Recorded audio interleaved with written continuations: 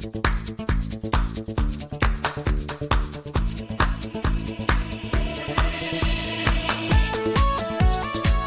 Hello friends, நான் உங்கள் எஸ்கேயே பேசுகிறேன். ரஷ்ய அதிபர் புட்டின் இந்த வாரம் ட்ரம்ப் கிட்ட ஃபோன் பண்ணி ஒரு டீல் ஆஃபர் பண்ணியிருக்கிறாரு. ஈரானுடைய நியூக்ளியர் யுரேனியம் மொத்தமாக ரஷ்யாவுக்கு டிரான்ஸ்ஃபர் பண்ணுவோம், இந்த வாரம் இங்கேயே முடிப்போம் அப்படின்னு. ட்ரம்ப் அந்த டீலுக்கு முடியவே முடியாது அப்படின்னு ரிஜெக்ட் பண்ணிட்டார். ஏன்?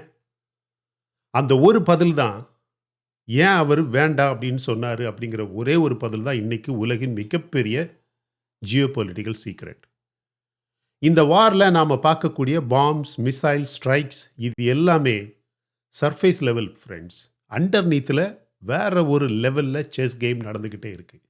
அமெரிக்கா ஒரு பக்கம், ரஷ்யா இன்னொரு பக்கம், நடுவில் Iran. 450 kilogram of enriched uranium, இந்த ஒரே ஒரு நம்பர் தான் இந்த போரின் பரிசு, இந்த வாருடைய ரியல் பிரைஸ். அந்த யுரேனியம் யார் கையில் போகுது என்று தீர்மானமாகும் போது இந்த வார் முடியும். அது வர முடியாது. இந்த ஸ்டோரியை நீங்கள் கடைசி வரைக்கும் பாருங்கள். நாம் இன்னைக்கு இந்த வீடியோவில் சொல்ல போகிறது ஒரு மிலிட்டரி ஸ்டோரி கிடையாது. This is a chess board story. முதல்ல நாம் பேக்ரவுண்டை புரிஞ்சுக்கணும். ஈரான் கிட்ட இப்போ 450 கிலோகிராம் என்ரிச்டு யுரேனியம் இருக்குது. ஈரான் கிட்ட இப்போ இருக்கக்கூடிய இந்த 450 கிலோகிராம் என்ரிச்டு யுரேனியம் 60% என்ரிச்ட். இந்த 60% என்ரிச்டு யுரேனியம் ஒரு வெப்பன் கிரேடுக்கு கன்வெர்ட் ஆக எவ்வளவு நேரம் ஆகும் தெரியுமா?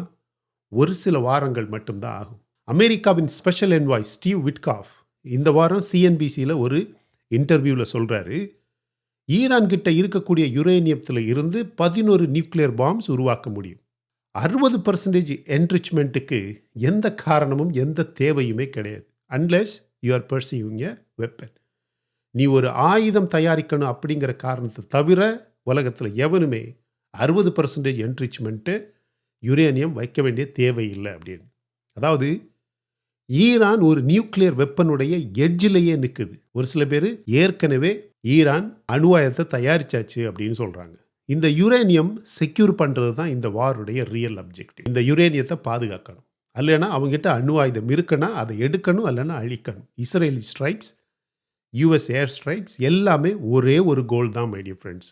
அந்த கோல் என்னன்னு பார்த்தா அவங்கக்கிட்ட இருக்கக்கூடிய அணு ஆயுதமோ அல்லது என்ரிச்டு யுரேனியமோ, ரெண்டில் எதுவாக இருந்தாலும் அதை எடுக்கணும். இப்போ புட்டினோட மூவை பாருங்கள். மண்டே இந்த வாரம் ஆரம்பத்தில் ட்ரம்ப் கிட்ட ஒரு ஃபோனை பண்ணுறாரு. வார் எண்ட் பண்ணுறதுக்காக, இந்த போரை முடிப்பதற்காக பல ஐடியாஸை ரைஸ் பண்ணுறாரு, நெகோசியேட் பண்ணுறாரு. இந்த ஒரு ஸ்பெசிஃபிக் ப்ரப்போசல் அது என்னன்னா, ஈரானுடைய என்ரிச்டு யுரேனியம் ரஷ்யாவுக்கு ஃபிசிக்கலி ட்ரான்ஸ்ஃபர் பண்ணுவோம். ஈரானில் வைக்க வேண்டாம், நீங்களும் எடுக்க வேண்டாம், ரஷ்யாவுக்கு ட்ரான்ஸ்ஃபர் பண்ணுவோம். இது சாதாரண ஐடியா இல்லை ஃப்ரெண்ட்ஸ். நீ பாருங்க, 2015ஆம் ஆண்டில் நடந்த நியூக்ளியர் டீலில் ரஷ்யா ஆல்ரெடி ஈரானுடைய லோ என்ரிச்டு யுரேனியத்தை ஸ்டோர் பண்ணியிருக்கு. இப்போ அவர் ஆஃபர் பண்ணக்கூடிய இந்த டீலில் டோட்டல் டெக்னிக்கல் கெப்பாசிட்டி ரஷ்யா கிட்டே இருக்கும். ஆனால் தியரிட்டிக்கலி அமெரிக்காவும் இஸ்ரேலும் அவர்களுடைய சோல்ஜர் ஈரானுக்கு போகாமலேயே ஈரானுடைய நியூக்ளியர் த்ரெட்டை ரிமூவ் பண்ண முடியும். க்ளீன் சொல்யூஷன் மாதிரி தெரியுது. ஆனால் ட்ரம்ப் இதை ரிஜெக்ட் பண்ணிட்டார். யூஎஸ் அஃபிஷியல்ஸ் ஆக்சியோஸ் அப்படிங்கிற ஒரு ஊடக நிறுவனத்திடம் சொல்லியிருக்கு, this is not the first time it was offered, but it has been accepted. அமெரிக்காவுடைய பொசிஷன் ரொம்ப clear. We need to secure the uranium. அந்த யுரேனியத்தை நாங்கள் பாதுகாப்பாக எடுக்கணும். ரஷ்யா இப்படி பேசுகிறது ஃபர்ஸ்ட் டைம் கிடையாது. ரஷ்யாவுடைய யுரேனியம் ப்ரப்போசல் வாருக்கு முன்னாடியே பிப்ரவரி மாதம் அப்போ நடந்த நெகோசியேஷன்லேயே ரைஸ் பண்ணியிருக்காங்க. அப்போவும் அமெரிக்கா அக்செப்ட் பண்ணலை, இப்போவும் அக்செப்ட் பண்ணலை. ஏன்? அதுதான் கேள்வி. இதுதான் இந்த வீடியோவுடைய ஹார்ட். புட்டினுடைய ப்ரப்போசலை அமெரிக்கா அக்செப்ட் பண்ணுனா என்ன நடக்கும் யோசிங்க ஃப்ரெண்ட்ஸ். ஈரானுடைய யுரேனியம் ரஷ்யா கிட்ட போகும், போர் ஸ்டாப் ஆகும். ஆனால் பீஸ் டீலோடைய கிரெடிட் யாருக்கு போகும்? புட்டினுக்கு போகும். ரஷ்யா மிடில் ஈஸ்டில் ஒரு கிங் மேக்கர் ஆகும். ஈரான் ரஷ்யா கிட்ட கடன்பட்டு இருக்கும். ஃபியூச்சர் நெகோசியேஷனில் ரஷ்யாவுடைய பொசிஷன் உலக வரலாற்றில் இதுவரை இல்லாத அளவுக்கு ஸ்ட்ராங்காகவும் அமெரிக்கா வார் ஸ்டார்ட் பண்ணி ரஷ்யா வார் முடிச்சிருக்கும். ட்ரம்ப்புக்கு பொலிட்டிக்கலி அது ஒரு அவமானம், ஹியூமிலியேஷன். அதனால ட்ரம்ப்புடைய பொசிஷன் ரொம்ப கிளியர். யுரேனியம் செக்யூர்ட் என்றால் யூஎஸ் கண்ட்ரோலில் தான் செக்யூர் ஆகணும், ரஷ்யாவுடைய கண்ட்ரோலில் இல்லை. இப்போ இன்னொரு லேயரை பாருங்கள். அதே ட்ரம்ப் ஒரு இன்டர்வியூவில் சொல்கிறாரு, இதெல்லாம் இன்றைக்கி நடக்குது, Putin might be helping Iran little bit அப்படின்னு சொல்கிறாரு. புட்டின் ஆமாம் ஒருவேளை ஈரானுக்கு உதவி பண்ணுதா இருக்கும். கேட்டால் அமெரிக்கா உக்ரைனுக்கு ஹெல்ப் பண்ணலையா அப்படின்னு சொல்லுவாங்க அப்படின்னு ட்ரம்ப்பே சொல்கிறார். இதை சைனாவும் சொல்லும் அப்படின்னு ட்ரம்ப்பே சொல்கிறாரு. பப்ளிக்லி அட்மிட் பண்ணியிருக்கிறாரு. வால் ஸ்ட்ரீட் ஜேர்னல் ரிப்போர்ட் இப்போ சொல்லுது, ரஷ்யா ஈரானுக்கு இன்டெலிஜென்ஸ் கொடுக்குது. முக்கியமாக யூஎஸ் ஃபோர்ஸஸை டார்கெட் பண்ண கல்ஃப் ரீஜனில் அமெரிக்காவின் படைகள், அமெரிக்காவின் மிலிட்டரி பேஸ், அமெரிக்காவின் அசெட்ஸ், ஆயில் அசெட்ஸ் எங்கே இருக்குது அப்படிங்கிற இன்டெலிஜென்ஸ் கண்டிப்பாக ரஷ்யா ஈரானுக்கு கொடுக்குது அப்படின்னு வால் ஸ்ட்ரீட் ஜேர்னல்ஸ் ரிப்போர்ட் வெளியிட்டிருக்கு. அதாவது ஒரு கையில் புட்டின் பீஸ் டீல் ஆஃபர் பண்ணுற மாதிரி பண்ணுறாரு, இன்னொரு பக்கம் இன்னொரு கையில் ஈரானுக்கு இன்டெல் கொடுக்குறாரு. இது செஸ். புட்டின் ரெண்டு சைட்லையுமே ப்ளே பண்ணுறாரு. ஏன்னா அவருக்கு வேணும், அவர் விளையாடணும். ஈரான் சர்வைவ் ஆனால் ரஷ்யா மிடில் ஈஸ்டில் லெவரேஜ் கிடைக்கும். ஈரான் டீல் ஆனால் ரஷ்யா ஒரு பீஸ் மேக்கரான கிரெடிட் கிடைக்கும். எந்த அவுட்கம்லையுமே ரஷ்யாவுக்கு வெற்றி. இது புட்டினுடைய கேம். ஆனால் ட்ரம்ப்புடைய ரெஸ்பான்ஸை பாருங்கள். ஒரு பக்கம் Iran totally defeated, Iran wants a deal, but நான் அக்செப்ட் பண்ண மாட்டேன், இந்த போர் எப்போ முடியும் அப்படின்னு நீங்கள் ட்ரம்ப்பு கிட்ட கேட்டால் அவர் சொல்கிறாரு, when I feel it in my phone, underneath என்னோட உடம்புல நான் ஃபீல் பண்ணும்போது இந்த போர் எனக்கு உண்மையிலேயே கஷ்டமாக மாறி இருக்கு அப்படின்னு ஃபீல் பண்ணுவேன் பார்த்தியா, அப்போ நிறுத்துவேன் அப்படிங்கிறாரு. இப்போ பாருங்கள், ஒரு பக்கம் ஈரான் தோட்டாச்சு, அவங்க அந்த ஆஃபர் கொடுக்குறாங்க, இந்த ஆஃபர் கொடுக்குறாங்க, நான் எதையுமே அக்செப்ட் பண்ண மாட்டேன் அப்படின்னு சொல்கிறார். இன்னொரு பக்கம் இந்த ரெஜிம் சேஞ்சு நம்ம நினைக்கிற மாதிரி ரொம்ப சுலபமாக முடியாது, இட்ஸ் அ வெரி பிக் ஹர்டில், ரொம்ப கஷ்டம் அப்படின்னு ரெண்டையும் ஒரே நேரத்தில் சொல்கிறார். ஈரான் டிஃபீட்டடுன்னு சொல்கிறாரு, ஆனால் ரெஜிமை சேஞ்ச் பண்ண பாசிபிளா இல்லையா, முடியாது அப்படின்னு அட்மிட் பண்ணுறாரு. இது கான்ட்ரடிக்ஷனாக தெரியலையா ஃப்ரெண்ட்ஸ்? பாருங்கள், இது ட்ரம்ப்புடைய நெகோசியேஷன் ஸ்டைல். அவர் பப்ளிக்கில் டஃப்பை காட்டிக்கிட்டு பிஹைண்ட் த சீன் டீலை தேடுறது. அமெரிக்கன் நேவி சூன் எஸ்கார்ட் ஷிப்ஸ் த்ரூ ஹார்மஸ் அப்படின்னு அனௌன்ஸ் பண்ணியிருக்கிறார். ஸ்ட்ரெயிட் ஆஃப் ஹார்மஸில் போகக்கூடிய எல்லா டேங்கர்ஸ் அண்ட் கப்பல்களை, ஷிப்பிங் கப்பல்களை அமெரிக்காவின் கடற்படையை அனுப்பி பாதுகாப்பாக எஸ்கார்ட் பண்ணும் அப்படின்னு சொல்கிறார். இன்னும் 2200 மெரைன்ஸ் மிடில் ஈஸ்ட்டுக்கு கூடுதலாக அனுப்பியிருக்கிறார். இதெல்லாமே இன்னைக்கு நடந்தது. ஒரு பக்கம் மிலிட்டரி ப்ரெஷர் எஸ்கலேட் ஆகுது, இன்னொரு பக்கம் டிப்ளமேட்டிக் பேக் சேனல் ஆக்டிவாக இருக்கும் ஃப்ரெண்ட்ஸ். இந்த நேரத்தில் பென்டகனுடைய இன்னொரு ஆப்ஷன் என்ன தெரியுமா? ஸ்பெஷல் ஃபோர்ஸஸ் ஈரானுக்கு ஃபிசிக்கலாக தரையில் போய் தரைப்படையை அனுப்பி இஸ்ஃபஹான் அண்டர் கிரவுண்ட் ஃபெசிலிட்டியில் இருந்து யுரேனியத்தை சீஸ் பண்ணுறது அப்படின்னு ப்ளூம்பர்க் நிறுவனம் இன்னைக்கு ஒரு ரிப்போர்ட்டை ரிலீஸ் பண்ணியிருக்கு. ட்ரம்ப் ஃபாக்ஸ் நியூஸில் கேட்டப்போ சொல்லுறாரு, we are not focused on that, but at some point we might be. எங்களுக்கு இப்போ அது தேவையில்லை, தேவைப்பட்டால் தரைப்படையை அனுப்பி ஈரானுக்குள்ளே இறங்கி நாங்கள் செய்ய வேண்டியது செய்வோம் அப்படின்னு சொல்கிறாரு. அந்த ஹெக்ஸத் செக்ரட்டரி ஆஃப் வார் அவர் சொல்கிறாரு, பென்டகன் ப்ரெஸ் கான்ஃபரன்ஸில் இன்றைக்கி காலையில் சொல்லியிருக்கிறாரு, we have a range of options, எங்களுக்கு பல வகையான ஆப்ஷன்ஸ் இருக்குது, but I will never tell this group what we are willing to do. நான் என்ன பண்ண போகிறேன், எப்போ பண்ண போகிறேன், இங்கே உட்கார்ந்து இருக்கக்கூடிய ரிப்போர்ட்டர்ஸ்கிட்ட நான் சொல்ல வேண்டிய தேவையில்லை அப்படிங்கிறார். அது எப்படி நான் யுரேனியத்தை ரஷ்யாவுக்கு அனுப்ப விடுவேன்? யுரேனியத்தை பிரசிடெண்ட்டும் சரி நானும் சரி யாருமே ரஷ்யாவுக்கு கொடுக்க மாட்டோம், ஈரான்கிட்டையே விட்டு வைக்க மாட்டோம். அது அமெரிக்காவின் கண்ட்ரோலில் வரணும் அல்லது டிஸ்ட்ராய் ஆகணும். இந்த பேக்ரவுண்டில் ஐடிஎஃப் என்ன சொல்லுது பாருங்கள். இதே பேக்ரவுண்டில் ஐடிஎஃப் என்ன பண்ணுது? தப்ரிஸ், ஈரானுடைய நார்த் வெஸ்ட் சிட்டி, ஐடிஎஃப் உடைய ஃபார்சி லாங்குவேஜ் எக்ஸ் அக்கௌண்ட்டில் இன்னைக்கு ஒரு வார்னிங் போட்டாங்க. இன்னும் வரக்கூடிய ஒரு சில மணி நேரங்களில் IDF will operate in that area, மிகப்பெரிய ஒரு தாக்குதல் செய்ய போகிறோம், நகரத்துக்குள்ளாடி டைரக்டாக அட்டாக் பண்ண போகிறோம், அதனால் எல்லாருமே மக்கள் எல்லாரும் உடனடியாக அந்த இண்டிகேட்டட் ஏரியாவிலேருந்து மாறி வேறு இடங்களுக்கு போயிடுங்க. பாருங்கள், வார் ஈரானின் சவுத்து பக்கத்துலேருந்து இப்போ நார்த்துக்கு எக்ஸ்பேண்ட் ஆகுது. தப்ரிஸ் அசர்பைஜான் பார்டருக்கு பக்கத்தில் இருக்கக்கூடிய ஒரு ஸ்ட்ராட்டஜிக் சிக்னிஃபிகன்ஸ் இடம். அதோட கார்க் ஐலாண்ட், இது ஈரானுடைய மிகப்பெரிய ஒரு ஆயில் ஃபெசிலிட்டி இருக்கக்கூடிய கடல்லையே இருக்கக்கூடிய ஒரு தீவு. நீங்கள் இந்த ஸ்ட்ரெயிட் ஆஃப் ஹார்மஸ் இருக்கக்கூடிய ரீஜனை சுற்றி பார்த்தீங்கன்னா கடல்லையே ஒரு 6-7 தீவு ஈரானுடைய கண்ட்ரோல்லே இருக்குது. எல்லா தீவுலையுமே அதிகமான ஆயில் ரிஃபைனரிஸ் இருக்குது, ஆயில் கிணறுகள் இருக்குது. அதை பாதுகாக்கிறதுக்கு தேவையான மிலிட்டரி ஃபெசிலிட்டிஸும் இருக்குது.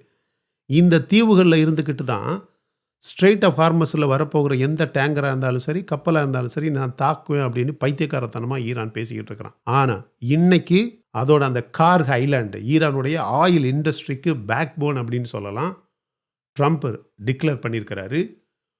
ஒப்ளிட்ரேட்டட் எவ்ரி மிலிட்டரி டார்கெட் அப்படின்னு சொல்கிறாரு. அந்த கார்க் தீவில் இருந்த எல்லா மிலிட்டரி எக்யூப்மெண்ட்ஸ், ஆயுதங்களை மொத்தமாக அழிச்சாச்சு அப்படின்னு ட்ரம்ப் இன்னைக்கு சொல்கிறார்.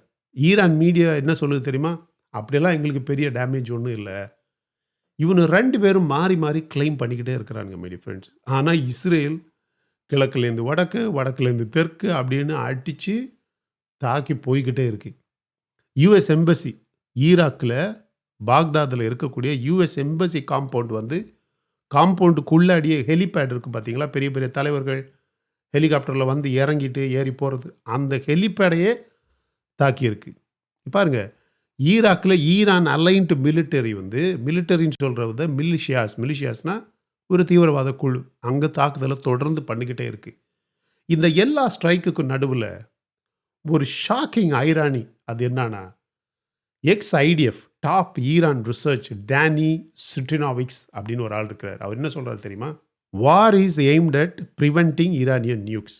ஈரானுடைய அணு ஆயுத தயாரிப்பை தடுக்கிறதுக்காக தான் இந்த போர் தொடங்கியிருக்காங்க. ஒருவேளை அது நடந்தால் நடக்கும். கமீனியோடைய பாலிசி என்னன்னா, கண்டிப்பாக ஈரான் வந்து அந்த த்ரெஷோல்டில் ஆயுதமாக மாற்ற போகிற அந்த த்ரெஷோல்டு இருக்குது பார்த்தீங்களா, அந்த எட்ஜில் எப்போவுமே வச்சுருக்கணும். தேவைப்பட்டால் ஆயுதமாக்கிடணும், 1 வாரத்தில் 2 வாரத்தில் அப்படின்னு. ஆனால் மொஜிதாபா ஒரு ஐஆர்ஜிசியோட மேன், கமீனியோடைய மக மொஜிதாபா, இவர் வந்து ஒரு ரெஸ்ட்ரெயின் இல்லாதவர், மெச்சூரிட்டி இல்லாதவர். யார்? இந்த மொஜிதாபா. 56 வயசு, ஒரு பிஸ்னஸ் மேன். ட்ரம்ப் மாதிரி அவரும் ஒரு ரியல் எஸ்டேட் மாஃபியா. இப்போ அவராலேயே ஒரு எக்ஸிஸ்டென்ஷியல் த்ரெட் வந்திருக்கு. ஸோ ஒரு desperate regime will make desperate move. இந்த வார் ஈரானை நியூக்ளியர் வாரிலிருந்து விலக்குதா இல்லை நியூக்ளியருக்கு புஷ் பண்ணுதா? அந்த கொஸ்டினுடைய ஆன்சர் இன்னைக்கு யாருக்குமே தெரியாது. இப்படிப்பட்ட ஒரு நேரத்தில் நார்த் கொரியாவில் இன்னும் என்ன நடந்திருக்கு தெரியுமா? நார்த் கொரியாவிலேருந்து மிகப்பெரிய ஒரு மிசைல் ஃபயர் ஆகிருக்கு. கிழக்கு கடற்கரையில் இந்த ப்ரொஜெக்டைல் வந்து ஃபயர் பண்ணப்பட்டிருக்கு. இது ஒரு பேலிஸ்டிக் மிசைலா அல்லது கண்டம் விட்டு கண்டம் தாண்டி போய்கிட்டு இருக்கா அப்படிங்கிற டைரக்ஷன் யாருக்குமே தெரியல. டைமிங்கை கவனிங்க ஃப்ரெண்ட்ஸ். அமெரிக்காவுடைய அட்டென்ஷன் முழுக்க இப்போ மிடில் ஈஸ்டில் இருக்கும்போது நார்த் கொரியா அங்கே சவுத் கொரியாவை ப்ரொவோகேட் பண்ணுது. நீங்கள் யூஎஸ் வந்து டிஸ்ட்ராக்டடாக இருக்கும்போது கிம் யாங் வந்து தெளிவாக மூவ் பண்ணுறாரு. இது ஆக்சிடென்ட் கிடையாது. மிஷிகனில் டெம்பிளில் இஸ்ரேல் சீனகாக்கு மேலே அட்டாக் நடந்திருக்கு. அட்டாக்கர்ஸோடைய பிரதர்ஸ் யார் தெரியுமா? Hezbollah members. அவனுங்க அங்கே லெபனனில் தீவிரவாதியாக இருக்கிறானுங்க. அவனுங்களோட பிரதர்ஸை வந்து இங்கே அலோவ் பண்ணியிருக்கிறானுங்க. இன்றைக்கி ஐடிஎஃப் நடத்தின தாக்குதலில் லெபனனில் அந்த ஹெசபல்லா செத்தானுங்க அப்படிங்கிறதுக்காக அவங்களோட தம்பி இங்கே அமெரிக்கா மிஷிகனில் அட்டாக் பண்ணியிருக்கிறானுங்க. மிடில் ஈஸ்ட் வார் வந்து அமெரிக்காவுடைய சாயிலுக்கு வந்திருக்கு. இந்த மொஜ்தபா என்ன சொல்கிறாரு தெரியுமா? அவர் ஒரு த்ரெட்டு கொடுத்துருக்கிறாரு. நான் சொல்கிற மாதிரி 30 நாளில் நீ காலி பண்ணலன்னா உலகம் முழுவதாக என்னுடைய செயின் இருக்குது பார்த்தியா, என்னோட பிரான்ச்சஸ் எல்லா இடத்துலையுமே தீவிரவாதம் நடக்கும் அப்படின்னு டைரெக்டாகவே பேசியிருக்கிறாப்புல. யூரோப்பில் Belgium, Norway, Tehran linked Iran linked bombings மற்றும் ஷூட்டிங்ஸு ரிப்போர்ட் ஆகியிருக்கு. இங்கே பாருங்கள், Iran terror as foreign policy உலகம் முழுக்க ஸ்ப்ரெட் ஆகுது மை டியர் ஃப்ரெண்ட்ஸ். இது எல்லாத்தையுமே ஒரே பிக்சரில் போட்டு பாருங்கள். ட்ரம்ப் ஈரானை நான் டிஃபீட் பண்ணியாச்சு அப்படின்னு சொல்கிறார். ஆனால் புட்டின் இன்டெலிஜென்ஸ் கொடுத்துக்கிட்டே இருக்கிறார் ஈரானுக்கு. புட்டின் பீஸ் டீல் ஆஃபர் பண்ணுறாரு. நான் யுரேனியத்தை எடுத்துக்கிறேன், நீ இப்போதைக்கு போகிற நிறுத்து. ட்ரம்ப் ரிஜெக்ட் பண்ணுறாரு. முடியவே முடியாது. இஸ்ரேலின் ஐடிஎஃப் தப்ரீஸில் ஸ்ட்ரைக் அனௌன்ஸ் பண்ணுது. சொல்லி சொல்லி தாக்கிட்டு போயிட்டே இருக்கிறான். கார்க் ஐலாண்ட் டார்கெட் ஆகியிருக்கு. நார்த் கொரியா ஒரு பக்கம் மூவ் பண்ணுது. அமெரிக்காவின் மிஷிகனில் சினகாக் அட்டாக் நடக்கு. யூரோப்பில் டெரர் ஸ்டார்ட் ஆகிருக்கு. ஸோ இது வாரோடைய எண்டிங்கா? இது வாருடைய டீப்பனிங்கா? 450 kilogram of uranium, 11 nuclear bombs worth. அது யார் கையில் போகும் அப்படின்னு தீர்மானமாகக்கூடிய நாள் தான் இந்த வாருடைய ரியல் எண்டிங். அது வரைக்கும் பாம் விழுந்துக்கிட்டே இருக்கும். இந்த செஸ் பீசஸ் மூவ் ஆகிக்கிட்டே இருக்கும். உலகம் ஒரே ஒரு விஷயத்த தொடர்ந்து பார்த்துக்கிட்டே இருக்கும். ஆயில் ப்ரைஸஸ் ஏறிக்கிட்டே இருக்கும். எண்ணெய் கிடைக்க வேண்டியவனுக்கு எண்ணெய் கிடைக்காது, கேஸ் கிடைக்க வேண்டியவனுக்கு கேஸ் கிடைக்காது. Starvation, famine, food problem, scarcity, crisis, water crisis, medical crisis எல்லாம் வரும். ஃப்ரெண்ட்ஸ், உங்களுக்கு நான் ஒரு கேள்வி கேட்குறேன். புட்டினுடைய இந்த யுரேனியம் ப்ரப்போசலை ட்ரம்ப் அக்செப்ட் பண்ணியிருக்கலாம் அப்படின்னு நீங்கள் நினைக்கிறீங்களா? அல்லது கண்டிப்பாக அது அமெரிக்கா தான் செக்யூர் ஆகணும், அமெரிக்கா கண்ட்ரோலில் தான் செக்யூர் ஆகணும் அப்படிங்கிறது சரியான பொசிஷனா? இந்த வாருடைய எண்டிங் எப்படி இருக்கணும்னு நீங்கள் நினைக்கிறீங்க மை ஃப்ரெண்ட்ஸ்? இதில் யார் நல்லவனுங்கன்னு நீங்கள் நினைக்கிறீங்க? இஸ்ரேல் வந்து அவனுடைய எக்ஸிஸ்டன்ஸுக்காக போராடிக்கிட்டு இருக்கு. அதனால தான் அவன் அமைதியாக உட்காந்து எங்கெல்லாம் தாக்க முடியுமோ, எங்கெல்லாம் யாரெல்லாம் காலி பண்ண முடியுமோ அப்படி காலி பண்ணிட்டு போயிட்டே இருக்கிறான். ஆனால் இவனுங்க 2 பேரும், இதில் சைனா ஒரு பக்கம் உட்காந்து பார்த்துக்கிட்டு இருக்கு, இந்தியா இன்னொரு பக்கம் உட்காந்து பார்த்துக்கிட்டு இருக்கு. ஸோ இந்த வாரோடைய எண்டிங் எப்படி இருக்கும்னு நீங்கள் நினைக்கிறீங்க அப்படிங்கிறத கமெண்ட் செக்ஷனில் பதிவு பண்ணுங்கள். ரொம்ப முக்கியமான வீடியோ. ஷேர் பண்ணுங்கள், லைக் பண்ணுங்கள். இன்னும் நம்ம சேனல் நீங்கள் சப்ஸ்கிரைப் பண்ணலைன்னா மற்ற வீடியோஸ் பாருங்கள், உங்களுக்கு கண்டிப்பாக பிடிக்கும். பிடிச்சிருந்தால் சப்ஸ்கிரைப் பண்ணால் போதும் my dear friends. Thank you so much my dear friends for watching all my videos and supporting my channel. Until I come back with my next awesome video, it's bye from Suresh. Stay safe, stay positive, stay active and stay fit and always dream big in your life. நம்மளால் எப்போவுமே எதையுமே எங்கேயுமே சாதிக்க முடியும் அப்படின்னு நம்ம first நம்பணும் my dear friends. And as I always say, please take care of your parents at your home. உங்கள் அப்பா அம்மாவை உங்கள் வீட்டிலேயே வச்சு நல்ல சந்தோஷமாக பத்திரமா பாதுகாப்பாக பார்த்துக்குங்க my dear friends, because it's very, very, very, very important. Thank you.